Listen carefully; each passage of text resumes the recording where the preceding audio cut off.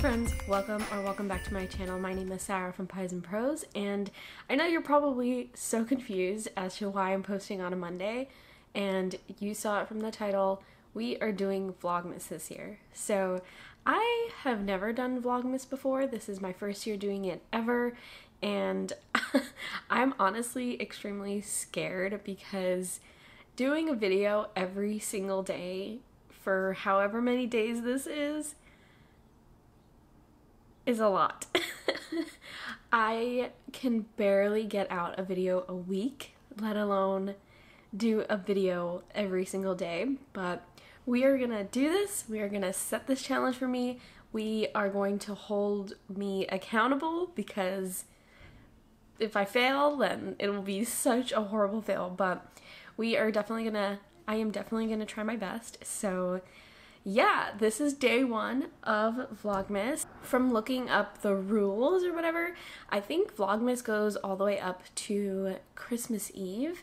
So I'm going to be doing 24 videos for the month of December, every single day, including weekends. I am so nervous, but I hope it's a lot of fun. And first of all, let me just say thank you to all of the people who are enthusiastic and really encouraging me to do Vlogmas this year. I had no plans to do it, but I threw the idea out there just in case somebody out there was interested, and I really thought that nobody was going to be. But then I got a lot of messages from the poll that I set up on my Instagram asking if you wanted to see Vlogmas from me, and people were like, oh my gosh, Vlogmas is something that I watch every year. I love Vlogmas and I would be really interested in seeing yours. So I was like, whoa, okay, I didn't realize Vlogmas was that much of a thing. So here we are. Because of those messages, because of you, thank you, we're doing Vlogmas this year. So because it's my first Vlogmas ever, I was so ill prepared. I should have prepared more for my first time, and I did not prepare. So I divided this up into different themes. So there are going to be themed videos, and there's no set schedule on them. They will come out as they come out based on the day that I'm having or what's going on throughout the day, because let's be real, you can't really predict what's really gonna happen every single day for a month. So the themes are going to be strict, but when those videos come out are going to be a little bit fluid and just going with the flow. I don't want to challenge myself even further by being specific to what day I am going to post a specific themed video. So my themes are going to be 4 different themes. We're going to have a holiday theme. As you know, Vlogmas is already holiday themed, but I think I'm going to set aside some videos that are just very holiday forward. So that's that theme. Second theme is going to be food. So as you know, I talk a lot about food and I love sharing my love for food. So there are going to be food related videos, maybe cook with me or meal prep or what I eat in a day type videos. So that's theme number 2. Theme number 3 is going to be, what is theme number 3? Oh, theme number 3 is going to be behind the scenes content of what I do with my social media and being a content creator online. So I'll show you a little bit of that, and it's going to be especially exciting this month because I host different holiday events. I do a Pies and Pros Instagram giveaway event and just a bunch of other things. So you will see that as well, and I'm very excited about that part.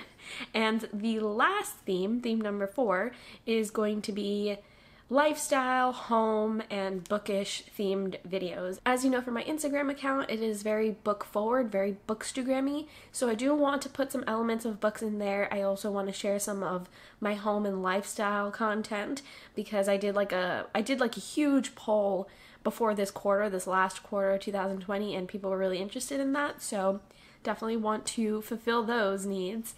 And yeah, those are the 4 different themes, and because there's 24 days, there should be approximately 6 videos per theme. I'm not going to be too strict on myself. Let's give Sarah a break here. She can't even handle 1 video a week, so we're going to be nice to me. We're going to do that. and I am very excited. I can't wait. I'm already full of ideas. And the funniest thing is that today's video, I had no clue what I was going to do. Despite creating a theme and, you know, getting myself all excited, I woke up today, and today is December 1st, and I could not for the life of me decide on what I was going to film today. So I did a little bit of cheating. Half of this video is just talking about what I'm going to be doing for Vlogmas. I apologize, but again, I did not prepare. And I thought it might be fun to do a little bit of a story time. Now, I am not a story time person. I don't watch story times, and I'm most likely not going to be good at it because I have no idea what those entail. But I have a story for you, and it just so happens to be a story that happened on Christmas Day in 2019. So exactly 1 year ago. Well, not exactly 1 year ago, but just about 1 year ago. And y'all, it's a story. So we're gonna get right into that. Okay, this is the first time I'm really talking to people in the public about what happened on Christmas Day 2019. The people in my life had to know what happened. I had to explain myself because I was physically showing signs of something that happened to me, and I just couldn't get away with not explaining what happened to me, which was extremely ridiculous, embarrassing, and it just set off a whole vibe for what I knew 2020 was gonna be like. Like, it was a sign. Let's just say it was a sign. So, let me set you back into the mood, into the setting, what was going on. It was Christmas, and it was Christmas evening, so I was at my mom's house. We had, like, a Christmas party. What are those these days? And so, it was Christmas night, and we were having a good time. I'm trying to remember what Christmas was actually like, aside from what happened. There was good food. I remember some stuff. There was really delicious food. I think I was telling Ian's my husband, by the way, if you keep hearing me mention him. We were discussing at Christmas dinner about it being our last non-vegan dinner. And yeah, my childhood friend was there. We were having a good chat. We hadn't seen each other in a long time. It was a good night, and I think my mom was, like, very drunk. Was she very drunk? I'm mixing holidays up. It was a good night. We were all just hanging out. It was very chill. It wasn't like a high profile party. It was just, you know, the usual people that are always there. People were drinking. People were having a good time. I think I had one drink, and I mentioned that because a lot of people who were in my life, my friends and family, definitely asked me that when I'm about to tell you what happened. I had one drink. I was not even tipsy. I think I had one drink while I was eating. So let's just get that out there. Anyway, we were getting ready to leave. My mom had packed a ton of leftovers for Ian and I, so I had, like, you know how brown people are. They don't give you, like, a single bin of Tupperware. They give you a whole stack, and they're like, eat for weeks. It was about, I would say, 11 p.m., and, you know, it was pretty early. It wasn't that much of a crazy night. And so I was just walking out with all of my Tupperware. Ian was close behind me. I think he was talking to my brother. And then we parked the car. At the time, I didn't have a car. I actually had an SUV. So we parked at the corner of whatever block it was, and, you know, I just walked around the corner to get to the passenger side, and I was going to put the food in, and then I was going to get inside. Now, something happened, and what happened was I just disappeared. Let me explain. By disappeared, 1 second I was on the ground, like I was above the ground, I was walking like a normal human, and then the other second, and I am not joking when I say it was like a split second at how fast this happened. I went from being a normal human person walking on the street to having half of my body underground. So what essentially happened was that I fell, but I didn't just fall like any person. I fell halfway into a broken sewer. I'm just remembering the moment when it happened and just how frightening it was. Being just like a normal person, just walking and feeling like you just fell into a hole, and I mean I fell straight into the hole. I didn't like tumble, I didn't do any of this that happens when you're like about to slip and fall. I was just walking like a normal human, and then boom, flat, straight down. And so when I say half my body was underground, one entire leg, my entire left leg, fell straight down into the sewer, and I didn't stop until my waist hit, because I couldn't, I mean, like, unless I got split in half, there was no way I was getting my whole body in there, because only one leg went in, and I slammed all the way down. All of the food that I had in my hand went flying forward, because when I fell straight down and like my leg went straight down, the upper body of me kind of just went like this on the ground, and so that's where the food went. I needed something to break my fall, otherwise I would have something might have happened to my back. I don't know what have happened, but I had to break my fall on my upper body in some sort of way. So I went like this. I dropped all the food that was in my hand. It was all over the floor, whatever. I don't even care at this point. And I sort of like broke my fall by having my hands slamming onto the ground. And because it was like a sidewalk and there was like some like dirt, basically my hands just went into like dirt, which gross. And not only is that gross, yeah, my foot just went into a sewer all the way down, flat. I was wearing my favorite knee-high boots. I've had those boots for 5+ years. They were my favorite boots ever. And it touched the sewer water that was in there. So that was goodbye to those boots, first of all. But, you know, it was like an initial shock, because it was such a split-second action that I didn't realize what happened to me.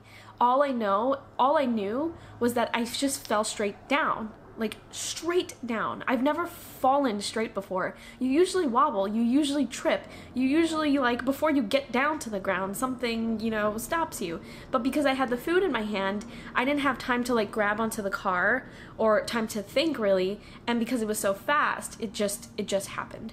So, my leg is in the sewer. By the way, my other leg is not, like, split in half. Basically, I fell forward like this, so my right leg went backwards. So I was sort of like, you know, an airplane. I was like, wee, like that, except one foot was straight down and the other foot was back. So I was sort of like in that situation. And it took me, I would say, 10 seconds to realize I fell. Okay, we fell, it's fine. But then after about 30 seconds, that's when the pain set in. I was in a kind of pain that I did not want to get up on my own. I felt like I should call for help. And again, this is 11 p.m., so it was very dark, and Ian was behind me on his way to the car, but he was chatting with my brother, so it took him a minute longer to get to me. And the funny thing is that Ian was actually at the car when I was in the ground, but because I took like 10 to 30 seconds to register what happened to me, I was silent. I didn't say a word. I wasn't groaning in pain. I was just registering what was going on. So he was actually on the other side of the car while I was in the ground, and it wasn't until 30 seconds afterward where I was like, Ian! Like, I just screamed his name. I didn't know what else to do but just scream his name, so that he knew that I wasn't joking when I called his name. He knew that it was urgent. I wouldn't scream his name like that. And he said, from his perspective, he said he didn't even know where I went. He was like, you were there a second ago and then you just disappeared.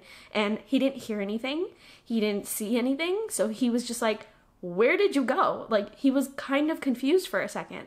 So it was just a really bizarre situation. It wasn't until I screamed his name out where he was just like, wait, what happened? And unfortunately, Unfortunately, my brother, he heard me scream Ian's name in a terrified way, and he got concerned. So he came running, trying to find out what happened. Maybe he thought somebody was like robbing me or something. I don't know, but he came with a speed. So he was running, and God, this is horrible. He ran so close to where I was on the ground, and again, nobody saw me until they had to walk around the car. He fell in the hole as well. I had just gotten myself, so before he fell into the hole, I had just gotten out of the hole, and I didn't have Ian help me because I was just too, I could tell something was wrong. Like I was, you know, like when you slam and you hit something, like say you hit your elbow on the wall and it takes a minute and you're like, oh, it hurts, give me a second.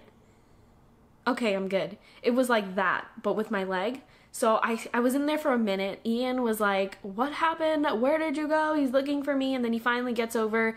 My brother comes and he's running. And then I finally pull my body out of the sewer. Like I literally just put my hands on the ground and just pulled myself up.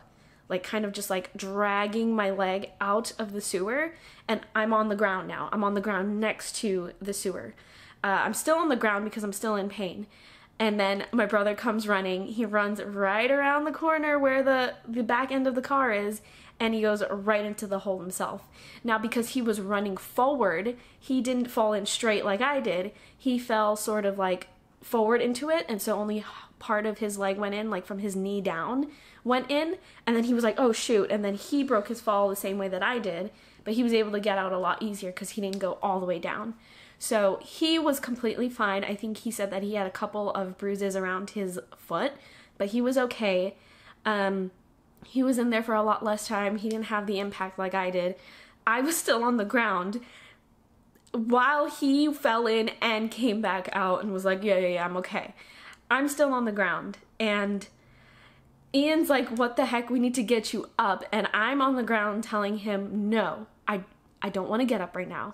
I want to stay here for a second. And it was because of that pain registering that it was the reason why I didn't want to get up. I was still having that bump your elbow on the corner kind of situation where I was feeling pain on my leg and I just wanted it to ease for a minute because it was such a shock to my leg that I didn't want to just jump up and, you know, be on my way. It wasn't the same impact that my brother had. So I was on the ground for a little bit, for like, I would say maybe 5 minutes, just kind of laying there. Like my brain is fine, like every other part of my body is fine. So I'm just sitting on the ground like a normal human with just my legs sprawled off. And they're looking at me like, is she okay? She seems just fine. It's just that she doesn't want to get up. And it was just because I was feeling that pain. I just wanted that pain to... I will also mention that where my mom lives, there are a lot of stray cats. And there was a stray cat, I guess because the food was on the ground. There was a stray cat kind of just like chilling in the block, just looking at us, just kind of like, what's going on? What's happening? And then I just became distracted with the cat for a little bit. And then I finally allowed myself to get up. So they helped me up. I felt at the time I was fine. I was wearing like form-fitting jeans.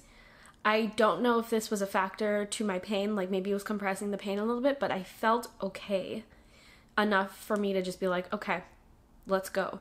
I didn't think I needed to go to the doctor or anything like that. I think somebody had suggested the idea, do you want to go to the doctor or whatever? And I was like, it is Christmas night. There are probably a lot more people who are in need just in case, you know, Christmas night, you never know what goes on in New York City.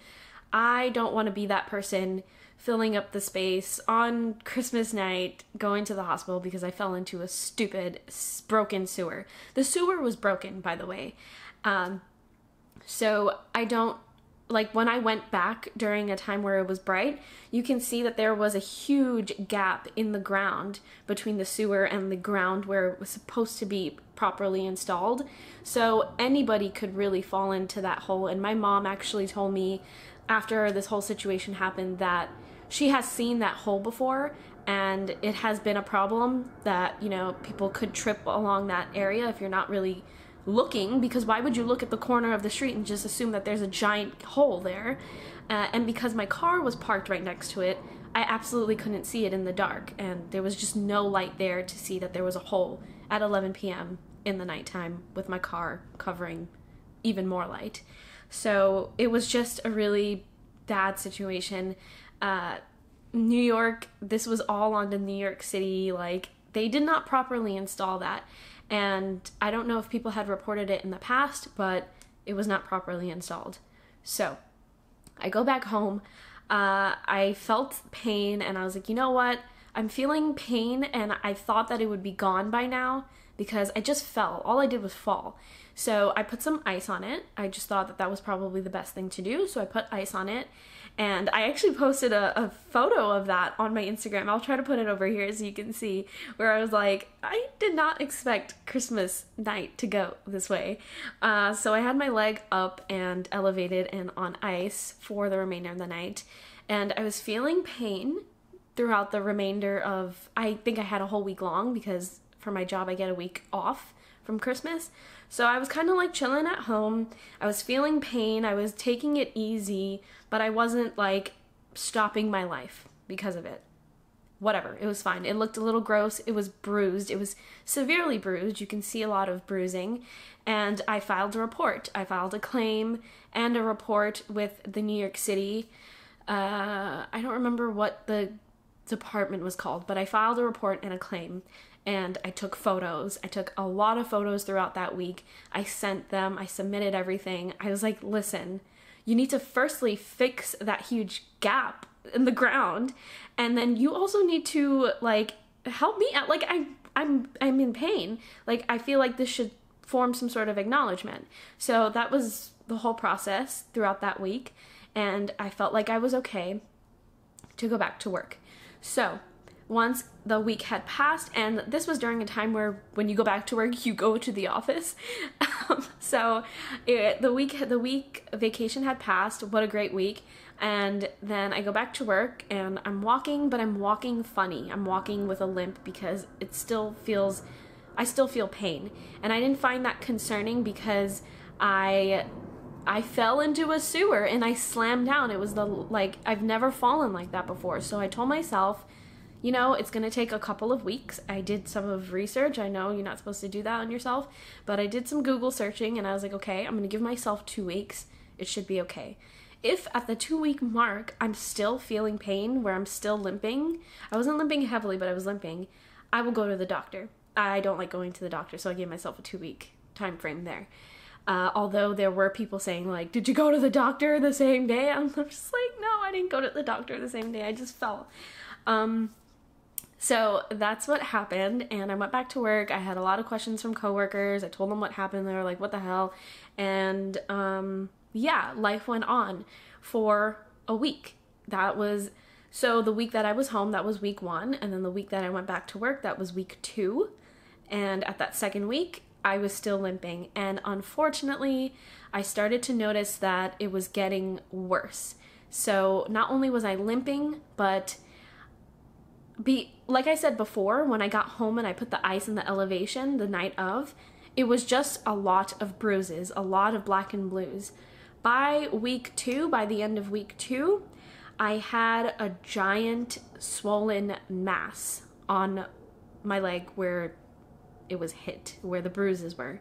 So not only was it bruised now, it had a giant mass, and that was concerning.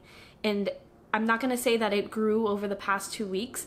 As soon as I noticed that the mass had grown, that was when I was like, okay, I'm going to go to the doctor. And believe it or not, that swollen mass happened over the course of like 1 day. So in those 2 weeks, it looked completely like just a bruise on my leg, and then 1 day, all it took was 1 day, and it just ballooned. And I literally mean ballooned. I don't want to scare you with the photos, but just imagine a balloon hanging off the side of your leg. That's what it looked like. I go to the doctor. And let me just say that this experience with this doctor was just ridiculous in my opinion. But whatever, I'm not going to trash a doctor here. But I went to the doctor, and the doctor immediately saw it and was like, yeah, you have a blood clot. a blood clot. He just looked at it. He like, you know, did his thing, and he was like, blood clot. That was the first words that came out of his head, out of his mouth. And I lost my mind. And Ian was like, oh my God, a blood clot. That's serious stuff. Like, you can, you know, you can suffer some serious after effects from a blood clot if it gets into your bloodstream. And the doctor also said that. And so there I was, like, I thought I just freaking fell on the ground, and now all of a sudden you're telling me I have a blood clot and I can suffer from something far worse if it gets into my blood. I just fell on the ground. You know, I can't believe this is happening to me. 2019 sucked, and now we're ending it off so horribly. And at this point now, it's January 2020, and I'm starting my new year, new me on this blood clot story. So I had to tell my boss, I had to tell, you know, my coworkers, like, I couldn't go back to work. I was like, the doctor said, if you keep walking on it, you might strain it, you might make it worse, you might make it go into your bloodstream, and then you can suffer serious consequences for that. So I had to be out of work, but I didn't want to not be working. It was during a time where I needed to get work done, and so I was working from home, and this was something that was very new to my job, and they weren't comfortable with it, and I understand, but I needed work to get done. I needed to stay home because the doctor was like, stop walking on it. And I'm like, I need to walk. What the hell? So he basically just told me that. He was like, we're going to run some tests. We're going to see if it got into your bloodstream, and then you need to stay off of it. You need to stay off of it. We'll write you a letter. Stay home. And I was like, okay, sure, that's fine, as long as I don't die. So that's what I did. We ran the test, and I think the test took about 5 or so days to come back to let me know if anything was wrong. I can tell, and it was like a sonogram, you know, like when you do the baby thing, it was like that. It's just very similar. And it's very interesting when you're in a room with somebody who's running that test, because they try to be as neutral as possible. They don't want to give you information without running it by your doctor first. So it was very stressful for me to be in that room knowing that the doctor who's running that test knows what's going on, but didn't want to tell me anything because she needed to run it by the doctor first, the main doctor first. But after all the tests and getting the results back and whatnot, everything seemed fine. It was actually healing for the most part. It was on its way towards healing. And so no blood clot. No blood clotting happened. He said that prematurely, and it freaked me out for a very long time because I went and told my mom, like, the doctor said blood clot, and my mom was like, oh my God, I know a cousin who had a blood clot and they died and all sorts of things, and they were like 20 years old, and I'm like, oh my God, I'm going to die? Are you kidding me? So that was ridiculous, and the doctor prematurely said blood clot when there was no blood clot at all. It was something that could have happened, and he spoke prematurely and freaked me out. So basically what was happening after all the tests and all of the scary stuff and finding out formally what happened to my leg, why was it ballooning, what is going on? What actually happened was I tore my muscle. I tore a muscle in my leg. And the part that I'm talking about on my leg is just above my knee, like just above it. And it's about, I would say, 6 inches long, the actual area that was affected. Yeah, I tore my muscle. And I tore my muscle and I was walking on it, and in order for the torn muscle to protect itself, for it to start its healing process, there was a huge swollen mass on top of it. I forgot what they call that. There's a word for it.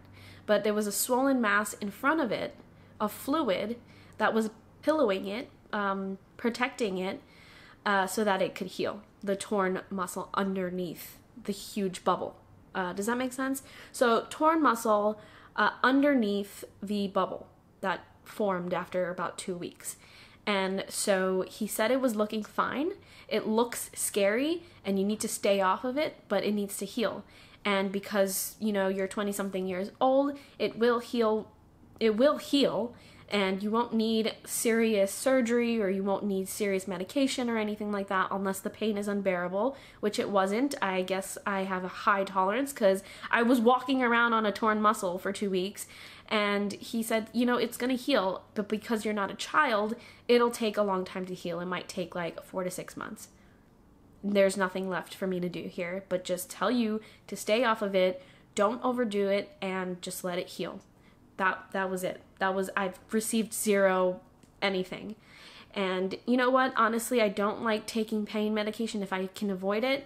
And I wasn't in a sort of pain where I needed the pain medication to continue my life. So that's what I did. I just waited it out. And that's what happened. I will say that I never heard back from New York. I never heard back from any of the claims that I made. I never heard back from any of the things that I filed formally. And I will say I frequently go back to my mom's house and the sewer is still not installed properly. I avoid that corner at all costs, and especially at night.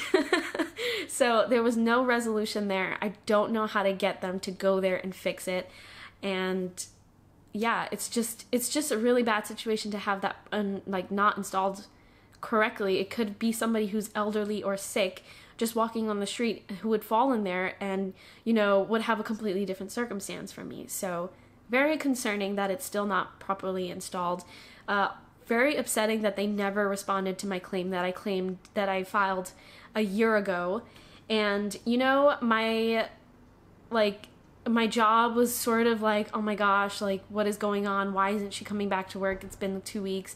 And I just wanted to make sure that I was safe more than anything else. I did end up going back to work. I had to keep my leg elevated and on a heat pad for the entire time that I was at work. I limped a lot when I was at work. The swollen mass was very visible in the clothing that I was wearing, and I was wearing leggings because it was comfortable, but you can certainly see a mass coming out of my leg. I was walking so slow, and people definitely turned heads. People definitely were like, what is going on with that chick?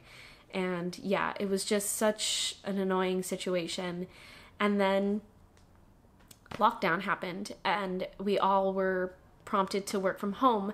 And at that point, when it was March, and so this happened December, January, by the time it was March, the swelling had completely gone down, but I was still walking funny. I was walking faster, and at this point now, it's been an entire year. I walk completely fine. I can exercise now. I don't particularly have trouble with it, but it is not 100%, and it's been a year. I don't like when anybody touches me in that area. Even Ian, if he puts his hand in that area, there is discomfort. And there are times, I think it has to do with the weather, when it's cold, I just feel something there, you know? It's not 100%, but I would say it's like 95%, you know what I mean? I feel like it's never going to be the same. It's just the way it is now. And I'm just grateful that I can walk, and I did not get a blood clot and die. So awesome circumstances. 1 year later, I am eternally grateful for this experience. Now, I'm very upset that I had to get rid of those shoes. I loved those shoes. I had them for a very long time. And yeah, they were gross. They had sewer water on it. Oh, I can't even. But that is what happened to me on December 25th, 2019. I tore my muscle, had a great time and confusing time trying to figure it out and try to have it heal. And here I am. I'm pretty much fine now, I think. It was a hard time for me in general in the late 2019. I'm saying it like it was like the late, I don't know what I'm saying. But it was a tough time for me, and that was just like the icing on the cake. But you know what? During that whole situation, I was extremely upset about the whole situation, the circumstance, the improper installing, the injury, and having it affect my life in a type of way. But through the entire thing, I kept a huge positive outlook on it. After I figured out the whole blood clotting situation and getting past that fear, I was really grateful that in that situation, I'm generally a healthy person, and you know, I bounced back from it. I was still able to get up and walk around despite having a huge injury on my leg. I was able to heal and, you know, get back to a relatively normal life. I know that's hard to say in 2020, but I am grateful that nothing worse happened. I could have broken something, honestly. I feel grateful despite the circumstances.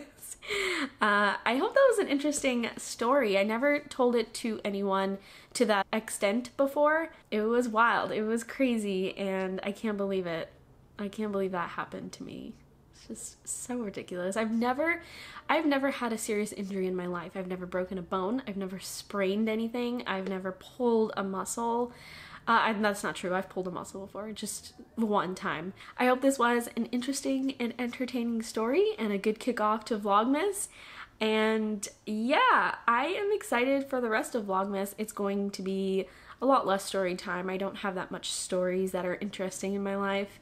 And it's just a lot of fun. And I'm really excited, and I hope you stick around. If you are planning to see the rest of my Vlogmas and you want to make sure that you get notified, or if it shows up on your feed every day, definitely subscribe so that that happens. And you can hit the notification bell if you want to get notified when exactly I post. But as long as you're subscribed, you will get those videos on your feed, and there's going to be one every day up until Christmas Eve. So get ready for some fun. I'm really excited. And yeah, I'll talk to you tomorrow. That was so awkward.